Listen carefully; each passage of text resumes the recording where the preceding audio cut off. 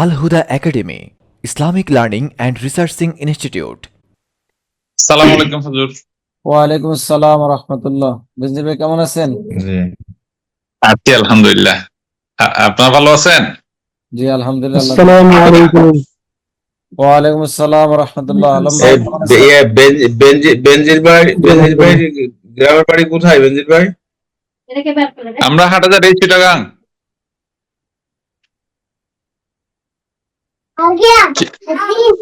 চিটাগাং হাটাজারি। হাটাজারিতে। এই যে শুনুন, ডোন্ট স্টপ। আপনারা আব্দুর রহমান ভাই আপনারা কোথায়? ভারতবর্ষ। আমার গ্রামের বাড়ি ভোলাতে। আমার গ্রামের বাড়ি ভোলা, থাকি উত্তরাতে, ঢাকায়। আচ্ছা আচ্ছা আলহামদুলিল্লাহ।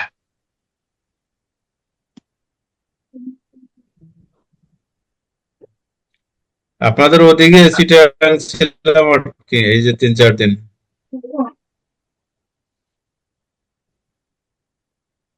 জি এখন কি বলছেন বুঝি নাই। আপনাদের চিটাগাং এ ছিলাম। ও আচ্ছা তাই নাকি? কোথায় ছিলেন যোগাযোগ করতেন একটু। পতেঙ্গা। আচ্ছা যে আমরা মনে হয় ক্লাস শুরু করতে পারি। ইনশাআল্লাহ। জি অবশ্য। স্ক্রিনের ডান পাশে যে কথা বলে শুধু তাকে দেখা যায় নাকি বাকি আরো কাউকে দেখা যায়? যে কথা বলে তারা দেখা যায়। ও আচ্ছা ঠিক আছে। আমরা একজনে পড়ে আজকে শুরু করি।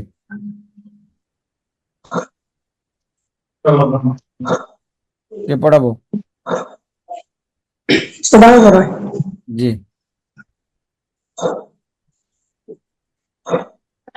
আউযু বিল্লাহি মিনাশ শাইতানির রাজীম।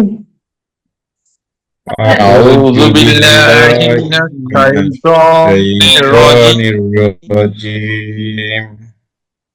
বিসমিল্লাহির রহমানির রহিম।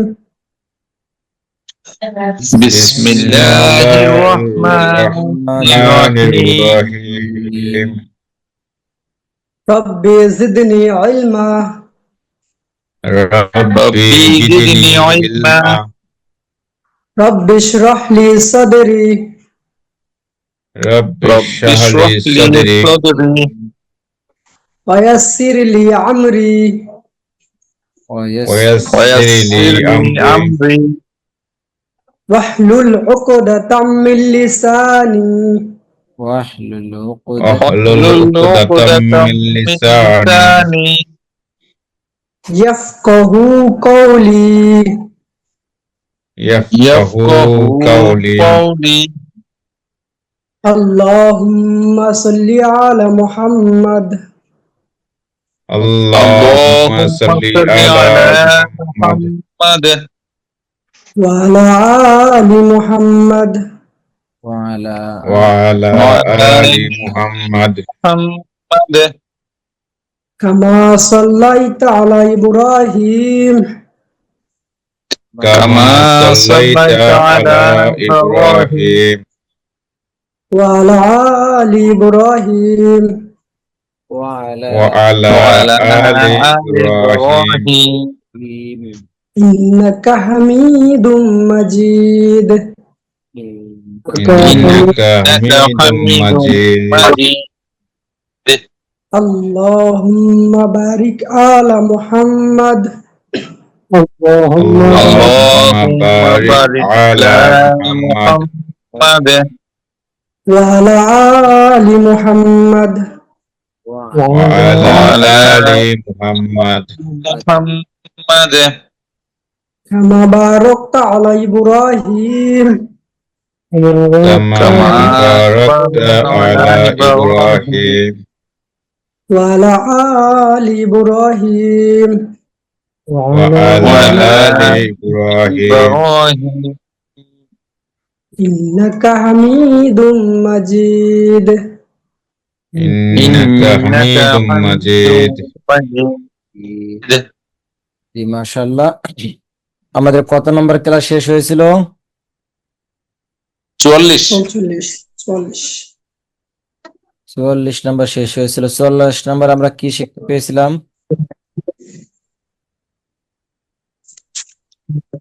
44 আমরা শিখছি আল্লাহ শব্দ আল্লাহ শব্দ লাম প্রকারভেদ। আল্লাহ শব্দ পড়ার প্রকারভেদ। আচ্ছা, মদ গুলো, এই যে মদ পড়েছিলাম আমরা, মদ টানিয়ে পড়া মদ গুলো কি আমাদের মনে আছে? স্যার একটু মাঝে মাঝে ধরেন। ক্লাসের মধ্যে আমাদের যে ক্লাস থাকে তো সময় থাকে না, আপনারা একটু চর্চা করবেন, আপনারা প্রশ্ন করবেন, আপনারা চর্চা করেন না, এটা হচ্ছে এটা বোঝা যায়, কারণ চর্চা করলে আপনাদের প্রশ্ন থাকতো। 5 মিনিট মদ পড়তে যে কটা মদ আছে 5 মিনিটে কভার হয়ে যায় পড়লে, 5 মিনিটের সময় বেশি লাগে না। একটু পার্সোনাল ভাবে একটু সময় দিলে নিজে একটু বুঝতে পারবেন, নিজে বুঝতে ভালো হবে। আমি তো আমার মতো করে বুঝাবো, আপনার উপকার হতে পারে, আপনার না হলে হয়তো আরেকজনের হবে, কিন্তু আপনার নিজের উপকারের জন্য নিজের একটু চর্চা করতে হবে, একটু সময় দিতে হবে। সময় দিলে আপনার মাথা আরো ভালোভাবে বুঝতে পারবেন এবং মনে থাকবে। যে আমরা পড়েছিলাম 44 নম্বর ক্লাসে পড়েছিলাম আল্লাহ শব্দ মোটা এবং পাতলা। আজকে আমরা 45 নম্বর ক্লাস। হুজুর রেকর্ডিংটা মনে করা দিতে বলছিলেন? জি জি, অন করা আছে, অন করছি আজকে। ওস্তাদ পূর্বের ক্লাসটাকে একটু রিভিউ করবেন নাকি? না, না আজকে নতুন করে যেমন শুরু করবেন? সংক্ষেপ, ওদিকে গেলে এটা শেষ করতে পারবো না। এটা হচ্ছে আল্লাহ শব্দ। আচ্ছা তাহলে শুরু করেন। এই যে নিয়মগুলি আপনি যদি একবার কোন শীট দেখবেন, শীট দেখলে আপনি বুঝতে পারবেন, জি এরপরে প্রশ্ন করলে আপনার জন্য সহজ হবে। আর এখন যদি আমি বুঝাইতে যাই তাহলে আপনার বুঝতে জি জি। সময় লাগবে। আল্লাহ শব্দ পড়ে এবং বারিক। আচ্ছা আমি দেখে নেব এটা। আল্লাহ শব্দ, এটাকে বলে আল্লাহ শব্দ। আল্লাহ শব্দ হচ্ছে লাম, মাঝে যে লামটা, এটা হচ্ছে আল্লাহ শব্দের লাম। আল্লাহ শব্দের লাম এর ডাইনে জবর বা পেশ হলে আল্লাহ শব্দকে পুর করে পড়বে, মানে মোটা, পুর অর্থ মোটা। যেমন আল্লাহ, এখানে যদি কেউ বলে আল্লাহ তাহলে তার ভুল হবে, এখানে মোটা হবে আল্লাহ। এটা আছে জবর, এই আল্লাহ এই লামের ডান পাশে আছে জবর, এই জন্য এই যে সুবহানাল্লাহ, এটা আরেকটা দেখাইতেছি পেশের, এই যে শেষের এই যে একটা আবেদুল্লাহ, আল্লাহ শব্দের ডানে পেশ, এখানে বলা হয়েছিল জবর বা পেশ হইলে, দুটা পাইলাম। আল্লাহ শব্দকে কোন কোন কারণে পাতলা করে পড়তে হয়? আল্লাহ শব্দের ডানে যদি জের থাকে, এই যে জের, লাম লাম লাম লাম যে লিল, এখানে পাতলা হবে জের থাকার কারণে। আমরা এখানে যেগুলি পড়েছিলাম এটার বিপরীতে হচ্ছে, এটার বিপরীত থাকবে। জবর পেশ পড়েছিলাম, এখানে শুধু জের থাকবে, জের হলে পাতলা হবে। পুরুত্ব মোটা, বারিকত চিকন। আমরা 45 নম্বর ক্লাসে শিখবো নুনে কুতনিয়ার পরিচয় ও পড়ার নিয়ম। নুনে কুতনিয়া আমরা কোনো নাম শুনেছি? আমাদের নিয়মগুলি অনেক নামে আমরা শুনিনি, এবং সামনে যেগুলো আসছে সেগুলো আমাদের দেখতে হবে, আমাদের নিয়মগুলো মনে রাখতে হবে। নুনে কুতনিয়ার পরিচয় ও পড়ার নিয়ম। নুনে কুতনিয়া কি, এখন আমরা নুনে কুতনিয়ার পরিচয়টা জানবো।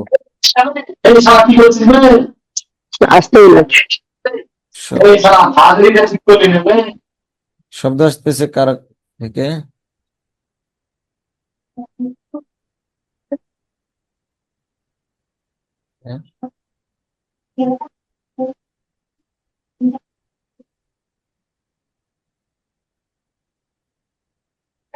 নুনে কুতনিয়া হচ্ছে দুই শব্দের মাঝখানে ছোট একটি নুন থাকে। দুই শব্দের মাঝখানে কি থাকে? ছোট একটি নুন থাকে। ছোট একটি নুন থাকে। একটু কথা বলতে হবে সবার, মুখের থেকে জড়তা একটু দূর করতে হবে। দুই শব্দের মাঝখানে ছোট একটি নুন থাকে। জি, দুই শব্দের মাঝখানে ছোট একটি নুন থাকে। দুই শব্দ মিলাইয়া পড়িলে ওই নুনকে জের দিয়ে পড়িতে হয়। অনেক সময় জের থাকবে, অনেক সময় থাকবে না। ওই নুনকে জের দিয়ে পড়িতে হয়, দুই শব্দের মাঝখানে ওয়াকফ করিলে ওই নুনকে বাদ দিয়ে পড়িতে হয়, ইহাকে নুনে কুতনিয়া বলে। আমরা বুঝতে পারিনি। একটু ক্লিয়ার করে দেন ওস্তাদ। শব্দ শব্দ তো আমরা চিনি, জি যেমন এই যে জি আলহামদু একটা শব্দ, লিল্লাহি বা আল্লাহু একটা শব্দ। এখানে কয়টা শব্দ? দুইটা। দুইটা শব্দ। আর মাঝে এই যে একটা গোল চিহ্ন দেখতে পাচ্ছি, এই যে গোল চিহ্ন, এই চিহ্নটার নাম কি? ওয়াকফ। ওয়াকফ। জি। এখন এখানে বলা হয়েছে দুই শব্দের মাঝখানে ছোট একটি নুন থাকে, দুই শব্দ মিলাইয়া পড়িলে ওই নুনকে জের দিয়া পড়িতে হয়, দুই শব্দের মাঝখানে ওয়াকফ করিলে ওই নুনকে বাদ দিয়ে পড়িতে হয়, ইহাকে নুনে কুতনিয়াহ বলে। আচ্ছা, এখানে আমি একটু ভালোভাবে দেখাচ্ছি, একটু জুম করলে দেখা যাবে।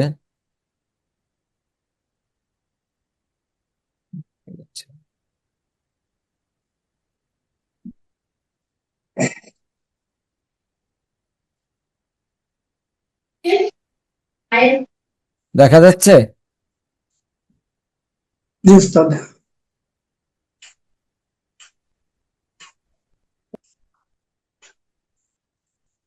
প্রথম শব্দটা হচ্ছে আলহামদু, পরটা হচ্ছে লিল্লাহি বা আল্লাহু। এখানে একটা ছোট একটা নুন দেখতে পাচ্ছি। জি উস্তাদ। শব্দটা হুজুর আহাদে। আমি বলতেছি, আহাদু। এখানে যদি প্রথম বলা হয়েছে দুই শব্দের মাঝখানে ছোট একটি নুন থাকবে, যদি মিলাইয়া পড়ি তাহলে নুনকে জের দিয়ে পড়তে হবে, আর যদি অফ করে তাহলে নুনকে বাদ দিয়ে পড়তে হবে। এটা হলো অফ, এরকম অফ থাকবে এবং এরকম নুনও থাকবে মাঝে মধ্যে। এখানে যদি আমরা পরে অফ করি, আর তো এখানে ডান দিকে আরো থাকবে তা আহাদ, আহাদ আমরা অফ করে ফেললাম আহাদ। আর যদি মিলিয়ে পড়ি, এরকম স্থানে থামতে হয়, আবার কিছু ক্ষেত্রে মিলিয়ে পড়া যায়। এখানে আমরা চাইলে মিলিয়ে পড়তে পারবো, যেহেতু পরে নুন আছে। তাহলে আমরা পড়বো আলহামদু, নুনের সাথে কি পড়বো? নুনের সাথে কি দিতে হবে? জের দিতে হবে। জের জি দিতে হবে। জি। তাহলে আমরা কি বলবো? আলহামদুলিল্লাহি। বুঝতে পারছি? আহাদুনি। উস্তাদের আহাদু। সরি, আহাদু নিল্লাহু, নিল্লাহি। এটা আমার বারিক হবে, নুনের সাথে জের দিলে বারিক হবে। বারিক হওয়ার কারণ হচ্ছে আল্লাহ শব্দের ডানে যদি জের থাকে তাহলে কি হবে? আল্লাহ শব্দ পাতলা চিকন। পাতলা হবে। যে আহাদু, আহাদু নিল্লাহু। বুঝতে পারছি? আর যদি আমরা অফ করে ফেলি তাহলে হবে আল আহাদু, হামজার উপরে জবর দিয়ে পড়তে হবে, এবং কি জন্য জবর দিয়ে পড়বো সেটা আমরা সামনে শিখতে পারবো। তাহলে পড়বো আল্লাহু, তারপরে সামনে যা থাকবে সেগুলো আমরা পড়বো। আমরা কি বুঝতে পারছি? জি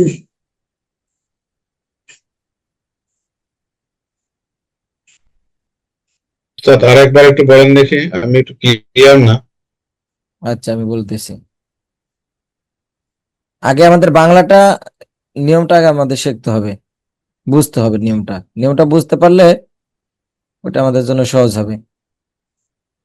দুই শব্দের মাঝখানে ছোট একটা নুন থাকে, এই যে আমরা এখানে দেখতে পাচ্ছি ছোট একটা দুই শব্দের মাঝখানে ছোট একটা নুন দেখতে পাচ্ছি। জি জি। এটা এটা তো অফ, এটা বাদ। এরপরে এই যে ছোট একটা নুন, জুম করলে দেখা যায়। হ্যাঁ, দুই শব্দের মাঝখানে ছোট একটি নুন থাকে, দুই শব্দ মিলাইয়ে পড়িলে ওই নুনকে জের দিয়ে পড়তে হবে। এই যে একটা যে নুনটা দেখতে পাচ্ছি, এই নুনে কি দিয়ে পড়তে হবে? জের দিয়া। আর এরপরে দেখতে পাচ্ছি দুই শব্দের মাঝখানে অফ করিলে, এই যে একটা অফ চিহ্ন আছে না, জি জি। যদি আমরা দুই শব্দের অফ করি মানে থেমে যাই, তাহলে ওই নুন বাদ দিয়ে পড়িতে হয়। এই নুনটা তখন কি আর পড়া যাবে না, তখন যদি অফ করি তাহলে এই নুনটা বাদ বাদ দিয়ে ওই নুন বাদ দিয়ে পড়িতে, ইহাকে নুনে কুতনিয়া বলে। সূরা ক্লাসে আছে হুজুর, জি, সূরা ক্লাসে আছে। সূরা ইখলাসে নুনে কুতনিয়া আছে, চিহ্ন দেওয়া আছে? সব জি, জায়গায় জি। সব জায়গায় কিন্তু থাকবে না, থাকতে পারে। ও, মানে আছে। জি, থাকতে পারে, এরকম কিছু কিছু জায়গায় থাকবে। তো আমাদের এটা মনে রাখতে হবে। তাহলে ওস্তাদ এখানে ওয়াকফ যদি না থাকে তাহলে নুনকে জেড দিয়ে পড়তে হবে, কিন্তু ওয়াকফ যদি থাকে ওয়াকফ সেক্ষেত্রে থাকবে, নুন বাদ আমি দিয়ে বলি পড়তে হবে। নুনে ওয়াকফ হুম। থাকবে। এখন ডিসিশন আপনার, আপনি কি মিলিয়ে পড়বেন নাকি ওয়াকফ করবেন, এরকম ওরকম ওয়াকফের চিহ্ন থাকবে। তাহলে আমি ওয়াকফ দিয়েও পড়তে পারি বা ওয়াকফ ছাড়াও পড়তে পারি নাকি? হ্যাঁ, ওয়াকফ আপনার, আপনার এই দুটোটাই ইচ্ছা, আপনার ব্যক্তিগত ইচ্ছা, আপনি চাইলে ওয়াকফ করতে পারবেন, মিলিয়ে পড়তে পারবেন। তবে মিলিয়ে পড়লে জি, জি। স্বাভাবিকভাবে যেমন আমরা মিলিয়ে পড়লে যেমন হয় তেমন হবে না। এই ক্ষেত্রে মিলিয়ে পড়লে নুন দিয়ে পড়তে হবে, অন্যান্য জায়গায় স্বাভাবিকভাবে আহাদু পড়লে হবে। আল্লাহু। আহাদু আল, যদি অফ করে আল, আহাদু আল্লাহু, আর যদি মিলিয়ে পড়ি আহাদু নিল্লাহু। আহাদু নিল্লাহু। যে অফ বুঝতে পারছি থাকবে, উস্তাদ। ঠিক আছে। জি, জি। হুজুর, আমরা যদি আমরা যদি ওয়াকফ করে ফেলি তাইলে হুম, তো নুনের উচ্চারণ হবে না। নুন বাদ। ওয়াকফ যদি না করি তাইলে নুনের উচ্চারণ করতে হবে, মিলাই করতে হবে। হ্যাঁ হ্যাঁ, এটা যে যেখানে এটাই লেখা আছে, দুই শব্দ মিলিয়ে পড়লে ওই নুনকে জেড দিয়ে পড়িতে হয়, দুই শব্দের মাঝখানে ওয়াকফ করিলে ওই নুনকে বাদ দিয়ে পড়িতে হয়। এটার নাম জি, কি? জি নুনে, হুজুর। নুনে কুতনিয়া। নুনে কুতনিয়া। জি।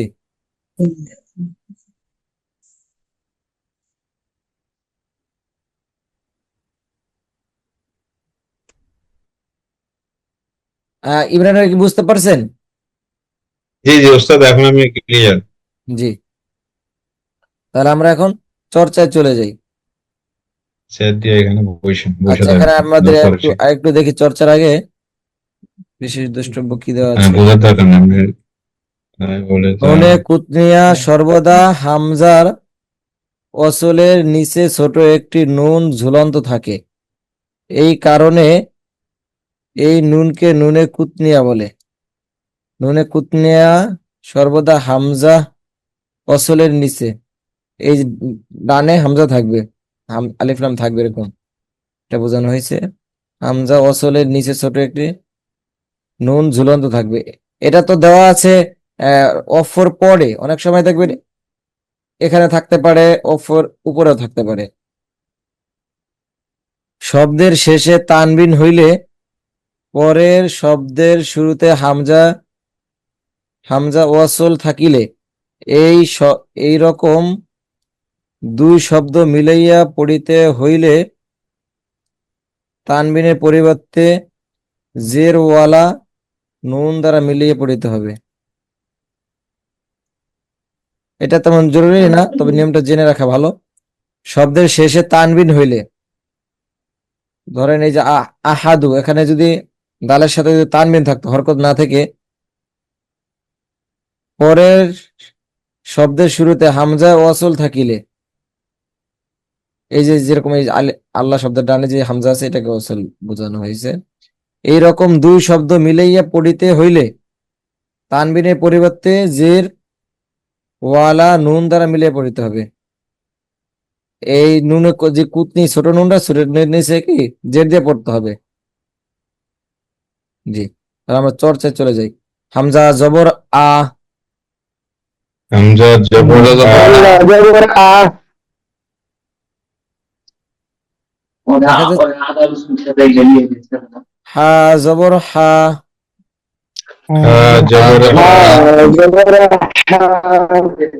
আহা, আহা।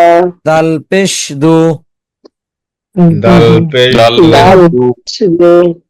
আহাদু, আহাদু। আর যে অফ করে ফেলে তাহলে কি হবে? আহাদে। আহাদু। যেহেতু আমরা উদাহরণের ক্ষেত্রে পড়তেছি, এখানে অফ করবো না, আমরা মিলিয়ে পড়বো। আহাদু, আহাদু। লাম জের নীল, নীল। লাম খারা জবর লা, নীল্লা, নীল্লা। হা পেশ হু হাফেজহু নিল্লাহু নিল্লাহু আহাদু নিল্লাহু আহাদুনিল্লাহু। যে আসমা হুল ওস্তাদ এখানে লামের নিচে কি জের আছে নাকি?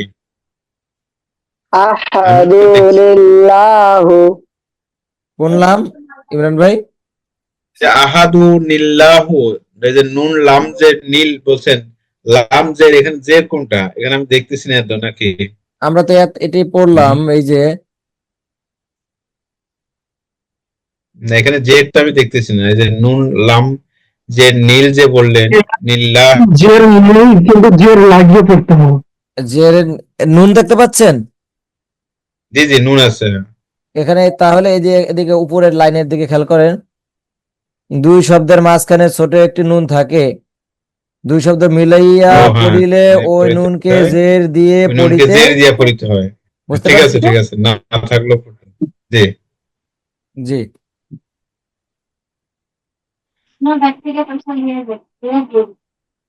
যে আসমা হুল এই উচ্চারণটা একটু শোনাই। আহাদুলিল্লাহু জি মাশাআল্লাহ।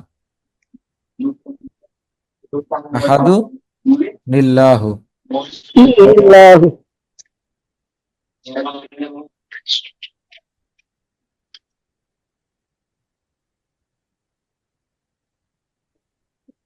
বেঞ্জামিন এটা একটু বানান করে আমাদের পড়াইলে ভালো হয়।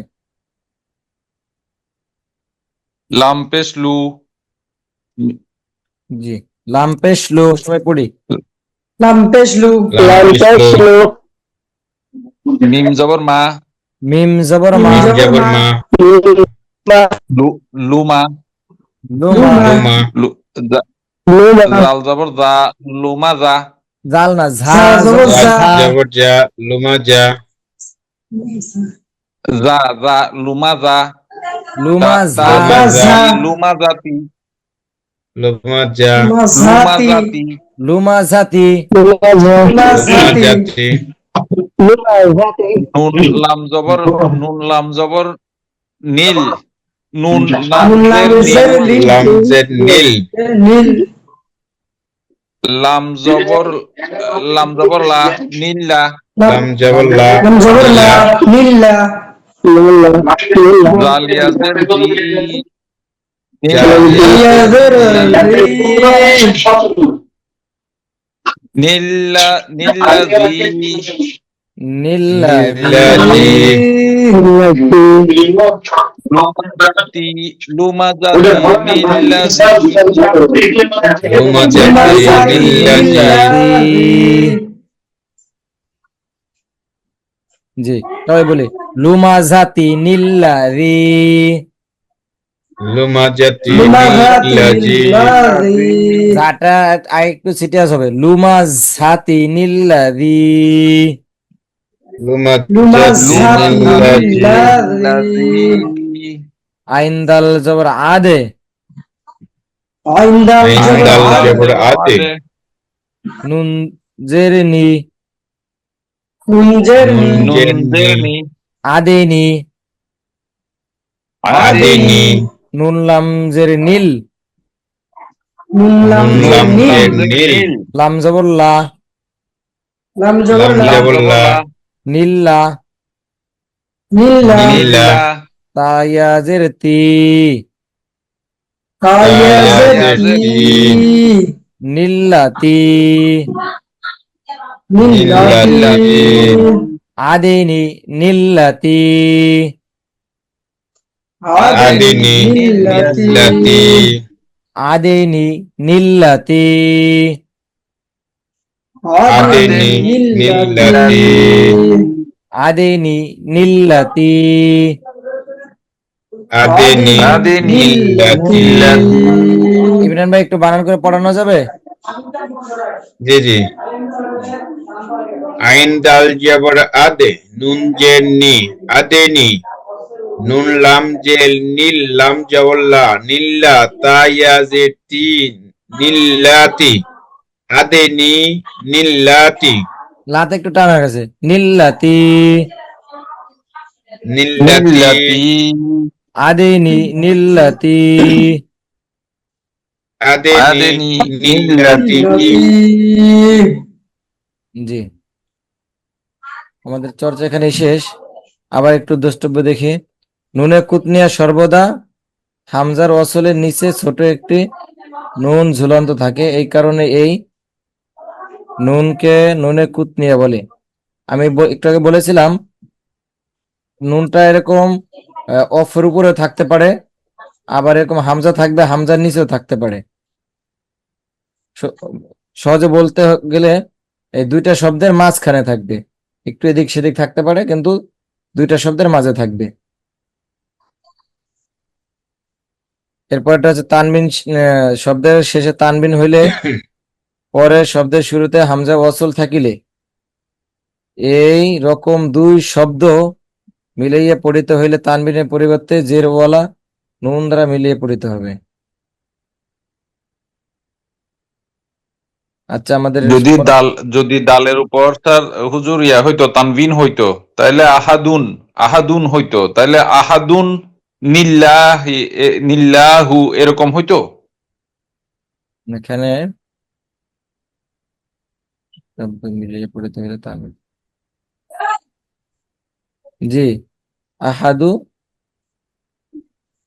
আহাদুন হইতো তখন, আহাদুন নিল্লাহি নিল্লাহু। আচ্ছা, একটু এখানে বোঝা আছে, তাহলে এখানে আবার আরেকটা তাজবিদ চলে আসে।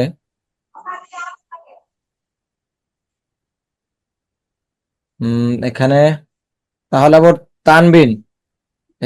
তানবিন চলে আসে। তানবিনের পরে নুন আসলে তখন আবার আমরা পড়েছিলাম ঈদগাম বাগুন্না চলে আসে, দেখতেছি। তাহলে শব্দের শেষে তানবিন হইলে পরের শব্দের শুরুতে হামজা ওয়াসল থাকিলে এই রকম দুই শব্দ মিলাইয়া পড়িতে হইলে তানবিনের পরিবর্তে জের ওয়ালা নুন দ্বারা মিলিয়ে পড়তে হবে। আহা,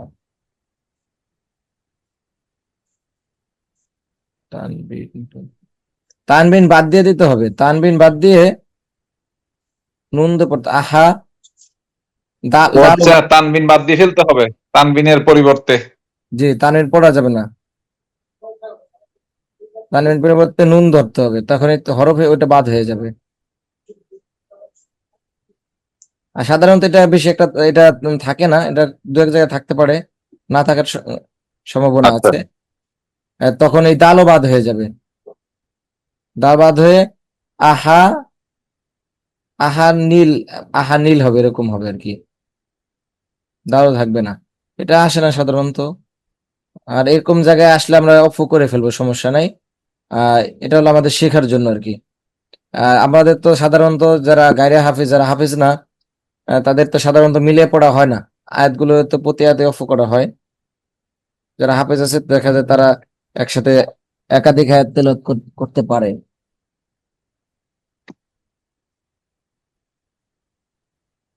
আচ্ছা, তাহলে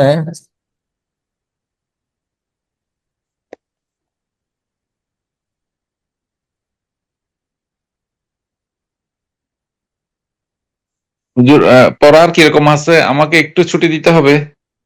আচ্ছা, প্রয়োজন হলে যেতে পারেন, সমস্যা নাই। দেখি আবার পরীক্ষা আছে, কত নম্বর আচ্ছা। আছে।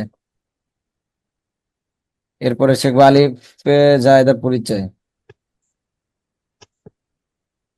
আচ্ছা, বেশ। 48 হচ্ছে ওয়াকফ, 49 ওয়াকফ, 48 50 ওয়াকফের নিয়ম। অর্থ কুমারী, 51 49 ওয়াকফের চিহ্ন। 52 পরীক্ষা কি আর নাই? Last final exam. আর মনে হয় নাই, শেষ। Last final exam. এই কোর্সটা যদি কমপ্লিট করতে পারেন ইনশাআল্লাহ কোরআন শরীফ কথা হওয়ার সমস্যা হবে না, আশা করি সব জায়গায় পড়া যাবে। তো আমরা একটু চেষ্টা করব যেন আমাদের এই ছোট সিলেবাসের মধ্যে কোথাও যেন আমাদের গলত না থাকে।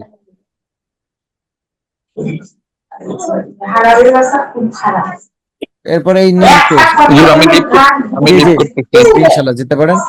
আমাদের অফ আসার মানে হচ্ছে আমাদের সব পড়া শেষ, এখন হলো থামার স্থানগুলো কিভাবে এগুলো শিখবো। এরপরে এই যেগুলো এগুলো হচ্ছে রিডিং হিসেবে আমরা পড়বো। এই বানান করে পড়ার দক্ষতা যাচাই, তার মানে আমাদের নিয়ম শেষ। আর আজকে কত নম্বর ক্লাস শেষ হলো আমাদের? 46।